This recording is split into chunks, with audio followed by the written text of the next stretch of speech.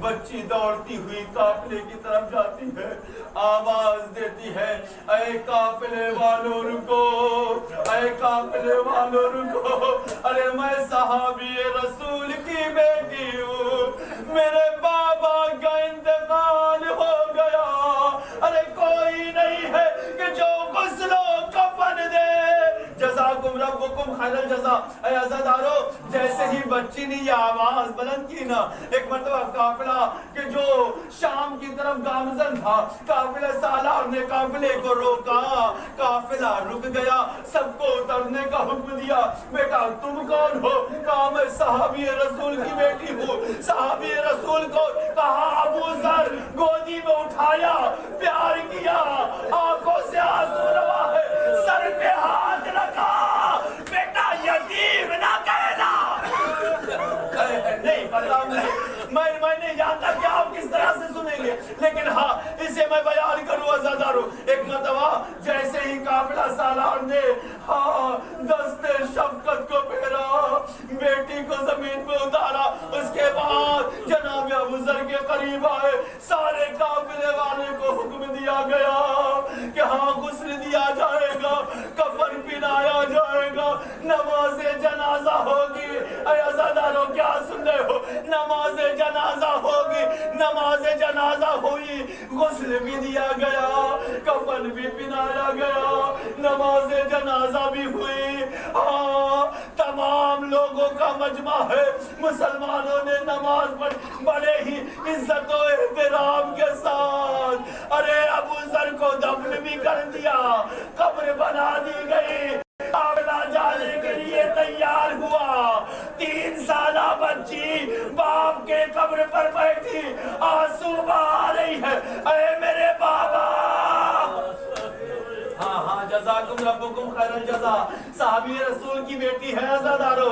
ایک مرتبہ قافلہ سالار نے دیکھا کہ بیٹی باپ کی قبر پہ آنسو بہا رہی ہے، قریب آتا ہے اور آنے کے بعد کہتا ہے اے بیٹی اب باپ کا انتقال ہو چکا ہے، یہ جنگل ہے، یہ صحرا ہے، یہ بیابان ہے، یہاں تو کوئی نہیں ہے، کون تمہارا مونس ہے، کوئی کون تم کو پوچھنے والا ہے؟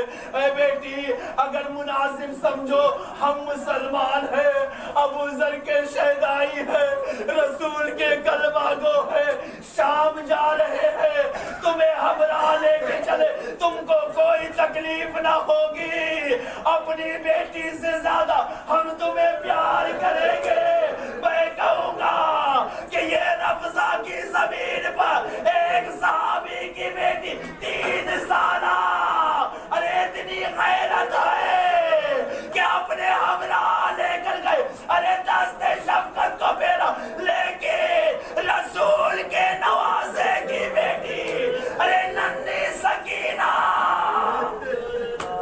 ہاں زادارو، کربلا کے میدان میں ارے شیو کبھی تماچے مارتا ہے، کبھی درے لگاتا ہے، کبھی کوڑے سے وار کرتا ہے، کبھی بالیوں کو کھینچتا ہے، سکینہ کبھی فراد کی طرف بھاگتی ہے، کبھی نشیب کی طرف۔ اے میرے بابا میں کہوں گا شاید سکینہ کہہ رہی ہو اے میرے بابا کیا میرا مرتبہ ارے ابو ذر کی بیٹی سے کم تھا؟ جزاکم ربکم خیر الجزا۔ لیکن آزادارو سکینہ پہ وہ ظلم ہوئے کہ جسے بیان کرنے کی طاقت نہیں ہے۔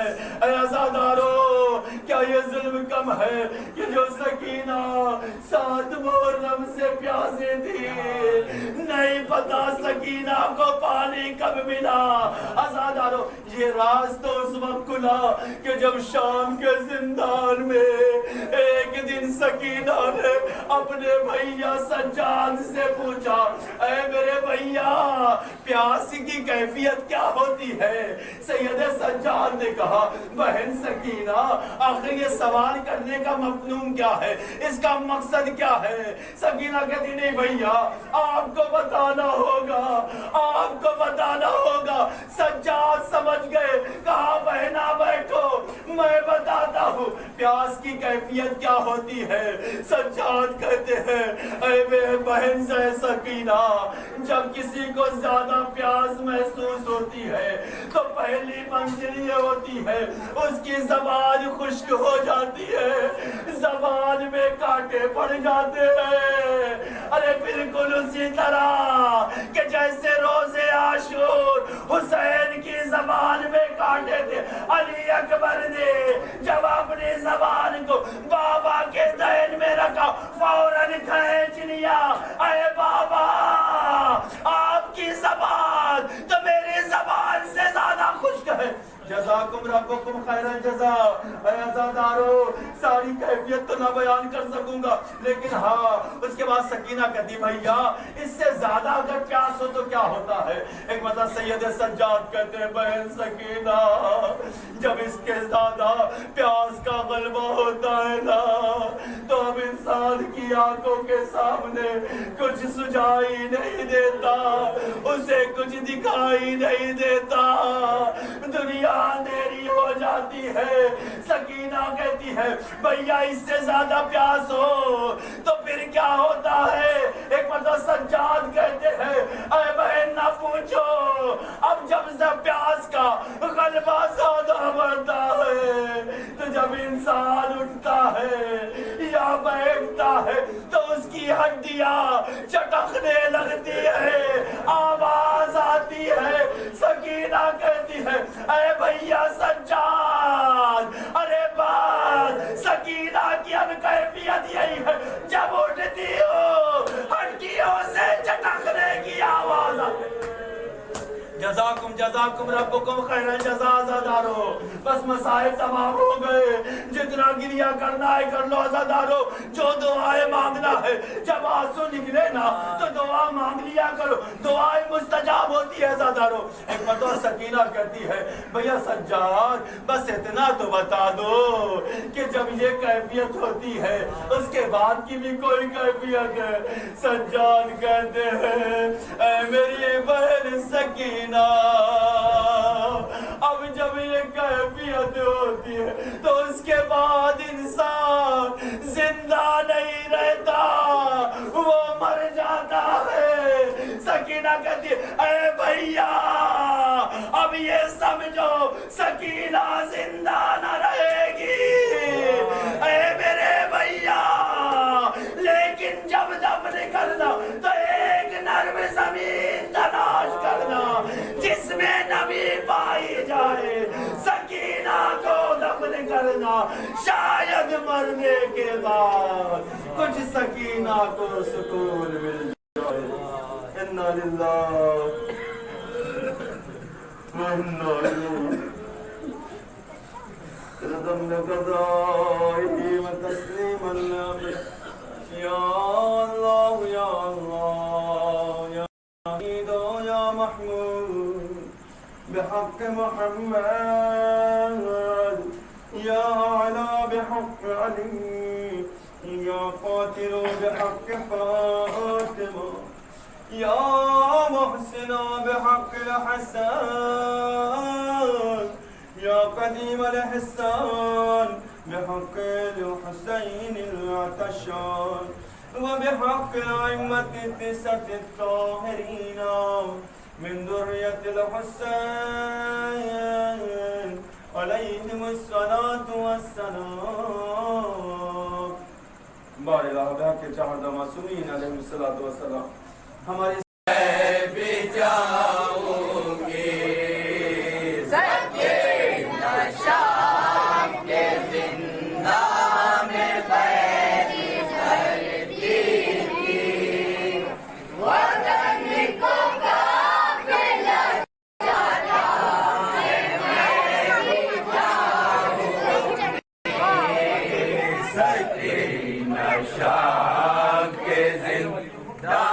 میں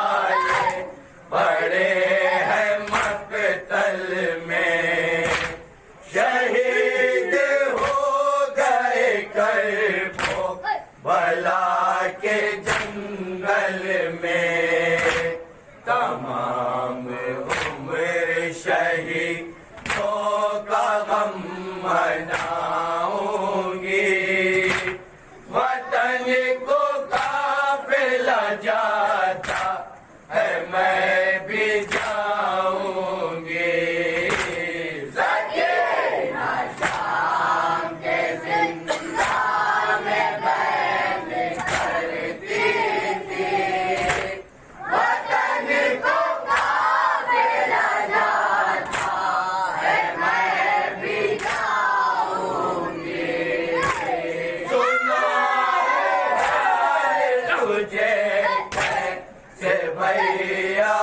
اکبر کا ضعیف باپ نے تنہا اٹھایا تھا لاشا زخم کیسا کلے کا میں دکھاؤں گی وطن کو قافلہ جاتا ہے میں بھی جاؤں گی سکینہ شام کے زندہ میں بیل کرتی تھی وطن کو قافلہ جاتا ہے میں بھی جاؤں گی جناب محمد کے آئے جب گھر میں تمام خون براتا حقی کی چادر میں میں سب پھوپھی کی زبان تجھے بتاؤں گی وطن کو قافلہ جاتا ہے میں بھی جاؤں گی سکینہ شام کے زندہ میں بیل کرتی تھی وطن کو قافلہ جاتا ہے میں بھی جاؤں گی ہوئے رات پہ آموں یہ دونوں شان کلا کمر حسین کی خم ہو گئی جھکا جو علا چھڑا جو تیر سے مشکیزہ وہ دکھاؤں گی وطن کو قافلہ جاتا ہے میں بھی جاؤں گی سکینہ شام کے زندہ میں بیل کرتی تھی وطن کو قافلہ جاتا ہے میں بھی جاؤں گی لپٹ کے قبر سے کرے ہے سید سجاد سکینہ قید ستم سے ہم ہو گئے آزاد کہا پھوپھی نے وطن جا کے کیا بتاؤں گی وطن کو قافلہ جاتا ہے میں بھی جاؤں گی سکینہ شام کے زندہ میں بیل کرتی تھی وطن کو قافلہ جاتا ہے میں بھی جاؤں گی جلانے رہ گئے زندہ یہ شام میں بچی وطن کو جان کی حسرت بھی ساتھ دفن ہوئی لہر سے آئی صدا